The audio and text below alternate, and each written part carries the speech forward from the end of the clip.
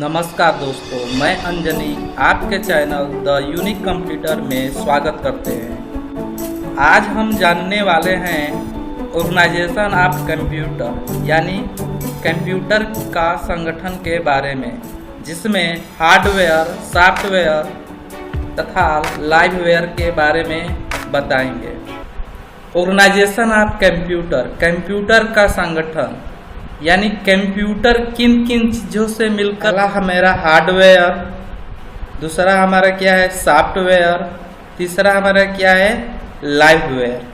वैसे हमारा जो कंप्यूटर है वो दो चीज़ से मिलकर बना है, हार्डवेयर तथा सॉफ्टवेयर, लेकिन तीसरा भी होना जरूरी है, क्या लाइववेयर। पहले हम बात करते हैं हार्डवेयर तथा सॉफ्टवेयर में क्या अंतर है। हार्डवेयर तथा सॉफ्टवेयर एक दूसरे के पूरक होते हैं, अर्थात जिस प्रकार इंसान के शरीर में आत्मा होना जरूरी है, उसी प्रकार हार्डवेयर के अंदर सॉफ्टवेयर का होना भी जरूरी है, तभी हमारा कंप्यूटर कार्य करेगा। हार्डवेयर का मीन्स होता है जिसको हम टच कर सकते हैं, एक स्थान से दूसरे स्थान तक ले जा सकते हैं, जिसको फीलिंग कर सकते हैं, उसको हम हार्डवेयर बोलते हैं। और सॉफ्टवेयर किसको बोलते हैं, जिसको हम केवल महसूस कर सकते हैं, उसको हम सॉफ्टवेयर बोलते हैं। लेकिन सॉफ्टवेयर का हमारा डिफिनेशन है कि एक सॉफ्टवेयर को बनाने के लिए हमको डिफरेंट प्रोग्राम लिखना होता है। जिस प्रकार कैलकुलेटर में एडिशन, सब्ट्रैक्शन, मल्टी डिवीजन इत्यादि करता है, तो एडिशन के लिए अलग से प्रोग्राम बनाया गया होगा, सब्ट्रैक्शन के लिए अलग से बनाया गया होगा, मल्टी के लिए अलग से बनाया गया होगा। तो डिफरेंट प्रोग्राम के समूह को ही हम क्या कहते हैं, सॉफ्टवेयर। और लाइववेयर का मीन्स है कि व्यक्ति चलाने वाला भी होना जरूरी है, तभी हमारा ऑर्गेनाइजेशन ऑफ कंप्यूटर कहलाएगा। हार्डवेयर का भी होना जरूरी है और सॉफ्टवेयर साथ में व्यक्ति का भी होना जरूरी है। अब बात करते हैं हार्डवेयर के पार्ट के बारे में। हार्डवेयर के अंतर्गत कंप्यूटर का पार्ट कौन कौन सा आता है। पहले हम बात करते हैं इनपुट डिवाइस। हार्डवेयर के अंतर्गत पहला जितना भी इनपुट डिवाइस होता है सभी हमारा हार्डवेयर के अंतर्गत आता है। इन मीन्स अंदर होता है, पुट मीन्स रखना, डिवाइस मीन्स पुर्जे। जिस डिवाइस द्वारा कंप्यूटर के अंदर डाटा को रखा जाता है उसको इनपुट डिवाइस कहते हैं। तो हमको डिफरेंट डाटा को रखना होता है, तो डिफरेंट डाटा को रखने के लिए हमको डिफरेंट डिवाइस की आवश्यकता पड़ती है।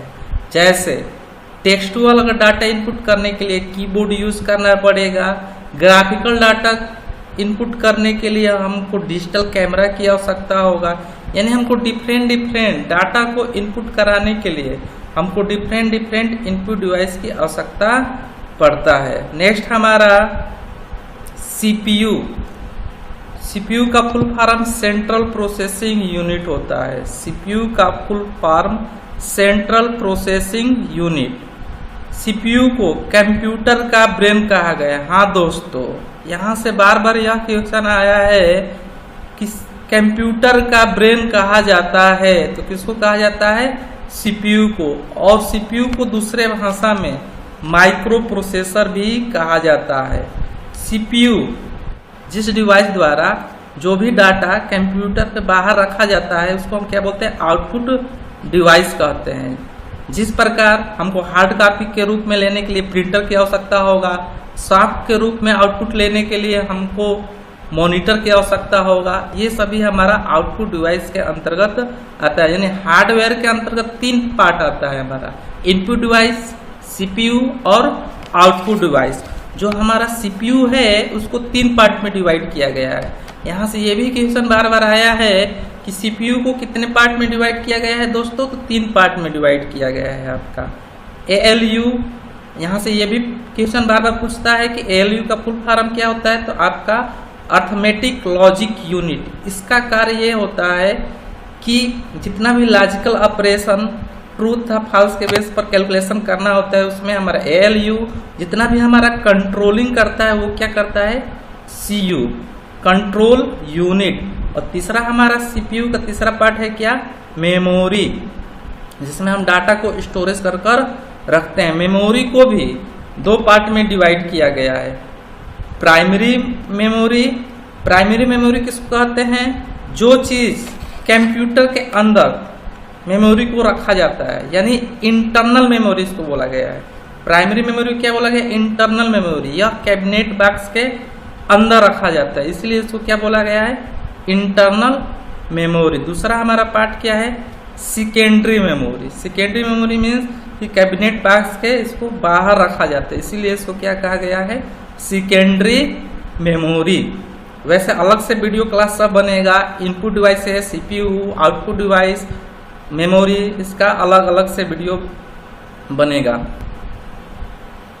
नेक्स्ट हमारा क्या है? सॉफ्टवेयर। सॉफ्टवेयर को भी 3 पार्ट में डिवाइड किया गया है। सिस्टम सॉफ्टवेयर, एप्लीकेशन सॉफ्टवेयर और क्या आपका यूटिलिटी सॉफ्टवेयर। सिस्टम सॉफ्टवेयर क्या होता है? जो सॉफ्टवेयर सिस्टम के लिए बनाया गया है, यूजर के लिए नहीं बनाया गया, सिस्टम के लिए बनाया गया है, उसको हम बोलते हैं सिस्टम सॉफ्टवेयर। और एप्लीकेशन सॉफ्टवेयर किसको कहते हैं? यूजर को देखते हुए, यानी यूजर के आवश्यकता को देखते हुए जो सॉफ्टवेयर डेवलपमेंट किया जाता है उसको हम बोलते हैं एप्लीकेशन सॉफ्टवेयर। जैसे वर्ड, एक्सेल को स्प्रेडशीट भी बोलते हैं, टैली इत्यादि, ये सभी हमारा एप्लीकेशन सॉफ्टवेयर के अंतर्गत आता है। यहाँ से बार बार क्वेश्चन ये भी पूछता है कि स्प्रेडशीट किस प्रकार का सॉफ्टवेयर है, तो आपका एप्लीकेशन सॉफ्टवेयर। स्प्रेडशीट को हम एक्सेल भी कहते हैं। और यूटिलिटी सॉफ्टवेयर किसको कहते हैं? जो सॉफ्टवेयर सिक्योरिटी के पर्पज से बनाया जाता है, ऐसे सभी सॉफ्टवेयर को हम यूटिलिटी सॉफ्टवेयर कहते हैं। जैसे हमारा एंटीवायरस, बैकअप प्रोग्राम इत्यादि। अब बात करते हैं सिस्टम सॉफ्टवेयर के बारे में। सिस्टम सॉफ्टवेयर में पहला हमारा क्या है? ऑपरेटिंग सिस्टम यानी OS। जो ऑपरेटिंग सिस्टम जो सॉफ्टवेयर बनाएंगे वो सिस्टम के लिए बनाया गया है आपका। जैसे ही हम कंप्यूटर को ऑन करते हैं, जैसे ही हम ऑन करते हैं तो पोस्ट होता है। क्या होता है हमारा? POST, power on self test. इसका वर्क ये होता है कि जितना भी हमारा इनपुट या आउटपुट डिवाइस लगा रहता है उसको प्रॉपर रूप से क्या करता है? हमारा चेक करता है। और चेक करने के पश्चात बूटिंग होता है। बूटिंग का कार्य यह होता है कि रोम से ऑपरेटिंग सिस्टम को, जो रोम मेमोरी होता है, ऑपरेटिंग सिस्टम को सर्च करके रैम पर क्या करना? लोड करना। जैसे लोड करता है वैसे ही आपके सिस्टम के ऊपर शो होता है क्या? विंडोज 7। जो भी आपके सिस्टम में ऑपरेटिंग सिस्टम इंस्टॉल होता है और ऑन होने के पश्चात जो दिखाई देता है उसी को हम क्या बोलते हैं? OS बोलते हैं। जिसका एग्जाम्पल विंडोज XP, 7, 10 इत्यादि, ये सभी हमारा क्या है? ऑपरेटिंग सिस्टम है। और सिस्टम सॉफ्टवेयर का दूसरा हमारा पार्ट क्या है? ट्रांसलेटर है। ट्रांसलेटर भी एक सिस्टम सॉफ्टवेयर के अंतर्गत आता है। बार बार ये भी क्वेश्चन पूछा है कि ऑपरेटिंग सिस्टम किस सॉफ्टवेयर का एग्जाम्पल है, तो आपका सिस्टम सॉफ्टवेयर का। तो ट्रांसलेटर क्या है? जैसा कि आपको पता है कि कंप्यूटर हमारा मशीन लैंग्वेज समझता है, 0 और 1, लेकिन हम तो डाटा को इनपुट 0 और 1 में नहीं करते हैं, हम तो अपने भाषा में करते हैं, इंग्लिश में करते हैं। तो हमारे भाषा को मशीनी लैंग्वेज में यानी कंप्यूटर के भाषा में समझाने के लिए ट्रांसलेटर की आवश्यकता होता है। और ट्रांसलेटर का क्या वर्क होता है? हमारे भाषा को मशीन लैंग्वेज में चेंज कर कर पुनः हमारे भाषा में आउटपुट देना होता है। ट्रांसलेटर 2 पार्ट में डिवाइड किया गया है आपका। LLL लो लेवल लैंग्वेज और दूसरा हमारा क्या है? HLL high level language. Low level language का अर्थ होता है जो चीज़ मशीनी लैंग्वेज में लिखा जाता है उसको हम क्या बोलते हैं? लो लेवल लैंग्वेज बोलते हैं। और हाई लेवल लैंग्वेज किसको बोलते हैं? जिसको हम इंग्लिश में लिखते हैं, अल्फ़ाबेट न्यूमेरिक में लिखते हैं, अपनी भाषा में लिखते हैं, उसको हम क्या कहते हैं, हाई लेवल लैंग्वेज कहते हैं। तीसरा हमारा पार्ट है हार्डवेयर, सॉफ्टवेयर के बाद तीसरा क्या, लाइववेयर। वैसे हमारा कंप्यूटर दो पार्ट से ही मिलकर बना है, हार्डवेयर और सॉफ्टवेयर, लेकिन ऑर्गेनाइजेशन ऑफ कंप्यूटर का संगठन लाइववेयर का भी होना जरूरी है। अगर व्यक्ति चलाने वाले ना हो तो कंप्यूटर भी हमारा क्या है, अधूरा है।